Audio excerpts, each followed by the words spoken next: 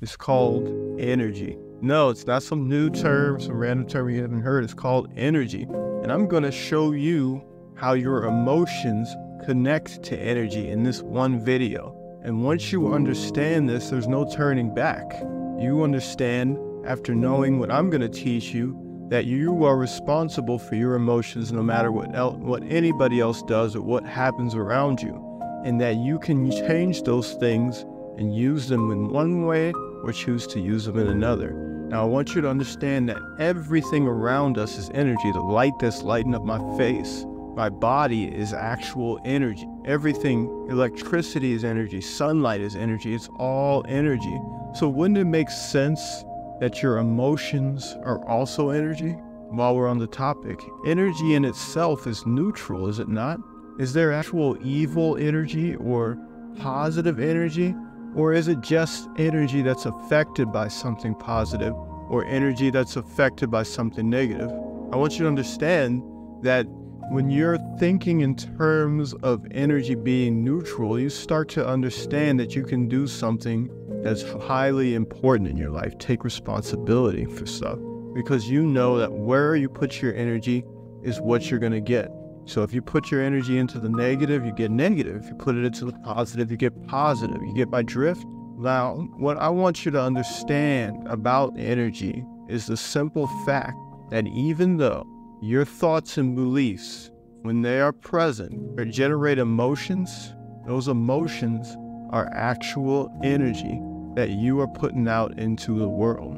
Have you ever been in a room with an angry person and you can literally feel their anger from across the room? Have you ever said, I want to stay away from this person because they're kind of like a Debbie Downer? Every time I get around them, I just feel like I need to be depressed too. Have you ever been around people called energy vampires, where they just have to constantly be around trying to get your attention, trying to talk to you?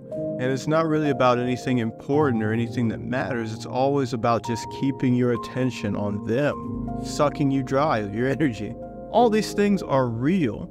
So let's get into a couple emotions. Anger is your reaction when you feel like you have to defend something that you feel is close to you, something that's close to yourself, self being your deepest person that you are. So anger is something that can result in you being attacked, someone you care about being attacked, something you care about being attacked, i.e. seeing those comments on the internet where somebody got triggered and they now are on the offensive. What about sadness? Sadness is where you feel a sense of loss. So you either lost something close to you, or you feel like you lost an opportunity. It's always loss. Now, if you look at the other side of things, happiness is where some type of requirement you had was met, and then you result with that feeling of happiness. What's joy? Joy is simply the internal generation of happiness, meaning you are happy for no damn reason. You don't need to have a reason to be happy. What about gratitude? Gratitude is simply about just being happy to have certain things internally or externally. So you could basically say, I feel tremendous gratitude that I woke up this morning. And in your mind, that's like, I had another chance. Or in your mind, that means that you were able to move forward with something. So understand that all these different emotions have meanings and they have reasons. Deeper than that is the idea that these emotions generate energy, okay? So it takes energy to be depressed. It takes energy to be filled with anxiety. It takes energy to have a panic attack. It takes energy to get angry. It takes energy to be happy. It takes energy to show gratitude. It takes energy to display and feel love. So when you understand that all that makes the difference is energy, what do you have to do in order to control how you feel? What's the missing piece of the puzzle here? And the whole point of this video, you get what you focus on. That's it.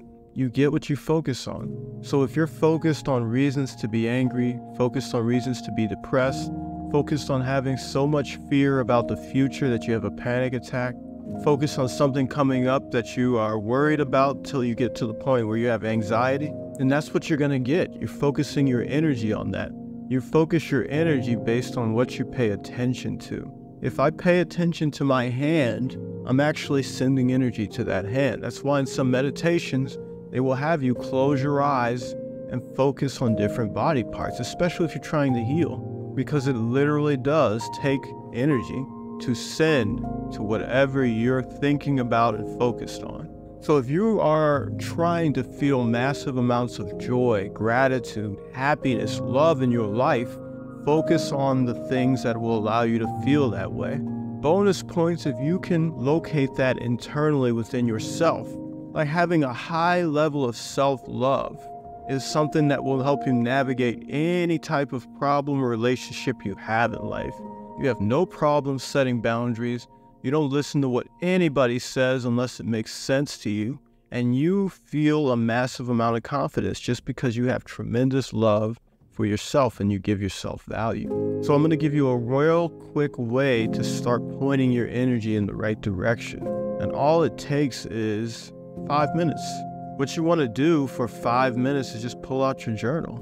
Pick an emotion, write it at the top of the page, and then write down the reasons you should be feeling that emotion. Gratitude. I should be grateful that my lazy dog is laying down on the couch right now while I'm talking much. I should be feeling tons of gratitude for my kids because they're growing up, they're healthy, they're happy as teenagers can be, and they're moving forward in life. They're not stagnant.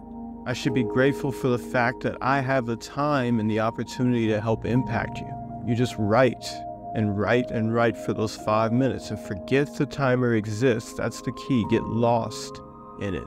And when you get lost in it, then you are floating along, having this wonderful trip. And what do you realize is happening towards the end of that? You're feeling the emotion that you wanted to feel at the top of that page. Love, gratitude, happiness, joy, whatever it was. I guarantee you by the end of that 5 minutes, you will feel that emotion that you want to feel. Now, compound this by doing it every single day for 30 days, and you will gain mastery over your emotions.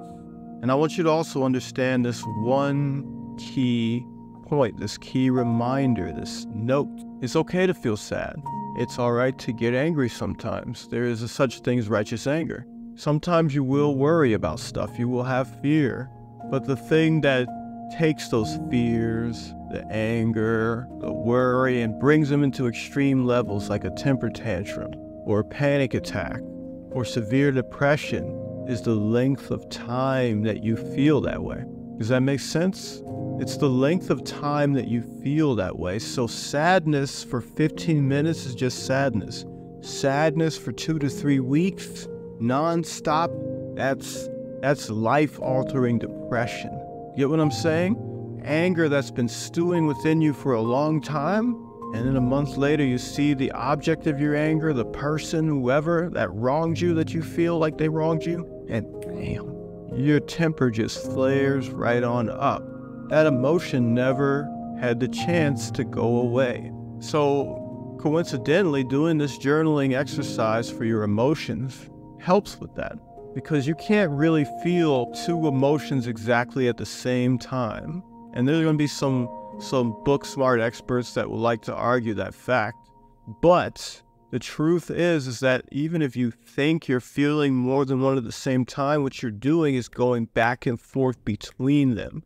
You're having one thought that triggers this emotion, then you're over to the next thought, then you're off to this thought, going back and forth till everything is just blended together and it feels like it's multiple emotions. But you'll figure out really quick what that is as you practice this journaling. This journaling uses something that your brain has adapted over 3,000 years in order to perfect the art of learning and surviving. It's called neuroplasticity. And it is the fact that if you repeat something over and over again enough times, your brain will literally rewire itself in order to make sure that it can do that one task a lot easier, spending less calories, spending less energy, and therefore being able to survive, not needing to find a source of energy, and being able to do whatever that task is that you have told it is important. And you told it it's important because you consistently decided to do it.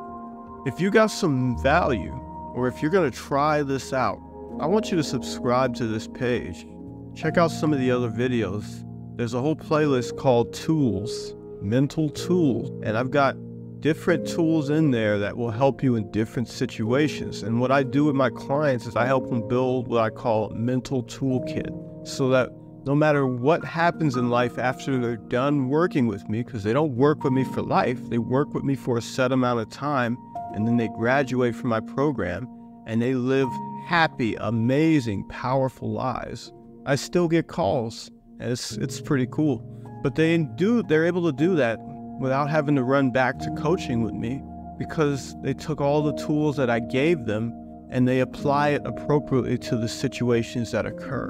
I'm going to teach you how to do the same thing. So stay tuned to this channel. Talk to you next time.